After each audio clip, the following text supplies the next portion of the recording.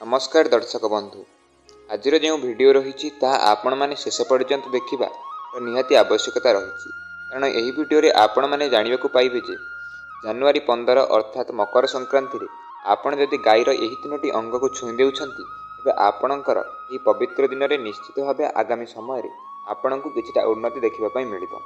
आपण परिवार रे निहाती भाव में आपण प्रशंसित हो पारिबे एवं आपण जोठारे कार्य करूछंती जदि आपण स्टूडेंट अछंती पढ़ापढ़ी करूछंती किंबा कोनोसी एग्जाम पई प्रिपेयर होउछंती तेबे मानिक चलंतु जे जदि आपण एहाकु करि देउछंती आपणकर लाभ हो पारिबो। जो भी कार्य आपण असफल होउथिले अनेक दिन धरि आपण चिंतित रहउथिले सब कार्य कोनोसी ना असफल हेउथिला तेबे जदि आपण गाईर एही 3टी अंग को छुई देउछंती तेबे आपणकर से सब कार्य सफल हेबार अधिक संभावना थाए। तेणु मानिक चलंतु जे जदि आपण एहाकु करूछंती तेबे आपणकर मध्य निश्चित भाव में उन्नति हो पारिबो। किंतु ता माने एहा नुहे जे जदि आपण एहाकु छुई देउछंती आपण निजर कर्म करिबा बंद करदेबे। आपण निजर कर्म को जारी रखंतु। ता सहित जदि आपणकर कोनोसी ग्रह दोष थिला किंबा आपणकर अन्य जे कोनोसी ग्रह दोष थिला आपण जहाँ भी किछि आपण जीवन में करिया पई चाहुथिले से सब आपण न करि पारुछंती तेबे आपण गाईर एही 3टी अंग को छुई दियंतु। सब प्रकार दुख असुविधा को दूर करदेव यही कार्य। थरुटिए आपण एही वीडियो को शेष पर्यंत देखंतु। आ वीडियो रे कुआ जाइथिबा कथा को मात्र आपण पालन कले आपणकर सब दुख दुर्दशा दूर होइजिबो। एबे वीडियोटी को आरंभ करिबा पूर्वरु आपण माननकु एक छोट रिक्वेस्ट जे एही वीडियोटी को आपण माने गोटे लाइक करंतु एवं श्रद्धार सहकारे कमेंट बॉक्स रे जय मां लक्ष्मी कमेंट करि रखंतु। फ्रेंड्स आम हिंदू धर्म में मकर संक्रांति को बहुत पवित्र दिन बोली मान्यता दि जाए।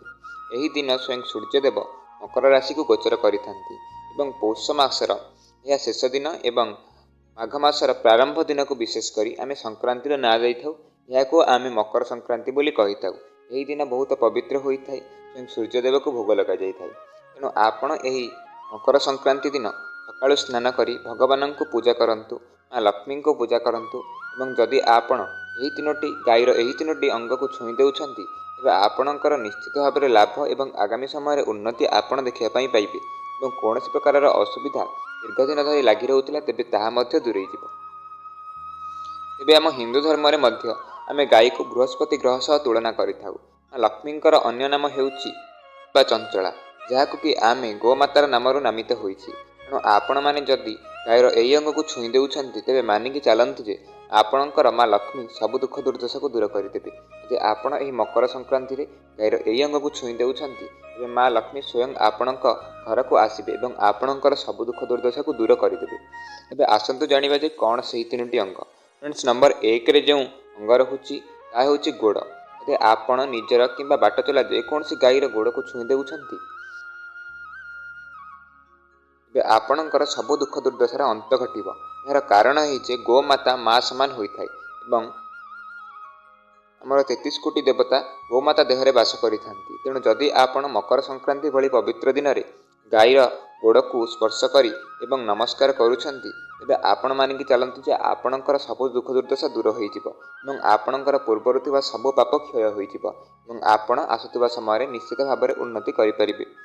नंबर 2 रे जो अंग रहुची ता हेउची मुंड। यदि आपण गाईर मुंड को प्रणाम करिबे बा नमस्कार करिबे तेबे आपणकर से सब दुख दुर्दशा निश्चित भाव में दूर होइजिब। ता सह जो भी ग्रह दोष आपणकर थिला कला जादू आपणक उपरे काटु करुथिला सेथि जोगु आपण निजर सफलता को पाई पारु नथिले तेबे जदि आपण गाईर मुंड को स्पर्श करी प्रणाम मानिकी चलंतु जे आपणकर सब दुख दुर्दशा को लक्ष्मी निश्चित भाव में दूर करदेबे। नंबर 3 रे जो अंग रहुची ता हेउची लांज। जे आपण गाईर लांजटी को स्पर्श करी प्रणाम करूछंती तेबे आपणकर परिवार रे थिबा सदस्य मानकर शारीरिक एवं मानसिक चिंताधारा ठीक रहिबो एवं सेमाने निज कार्य सफलता पाई परिबे। आपणकर परिवार रे व्यक्ति माने उन्नति करि परिबे। ता सह आपण आपणकर मनोवांछा को पूर्ण करि परिबे जदि आपण गाईर लांजटी को स्पर्श करूछंती तेबे एही सामान्य कार्य आपणको अनेक किछि फायदा देई परिबो। तेणु आपण एही मकर संक्रांति रे एहाको थरे मात्र चेष्टा कले करिबाकू चाहिए आपणकर सब मनोवांछा पूर्ण हो पारिबो। वीडियोटी आपनको पसंद आसथिले याको गोटे लाइक करंतु एवं तळे कमेंट बॉक्स रे जय मां लक्ष्मी कमेंट करि रखंतु। धन्यवाद।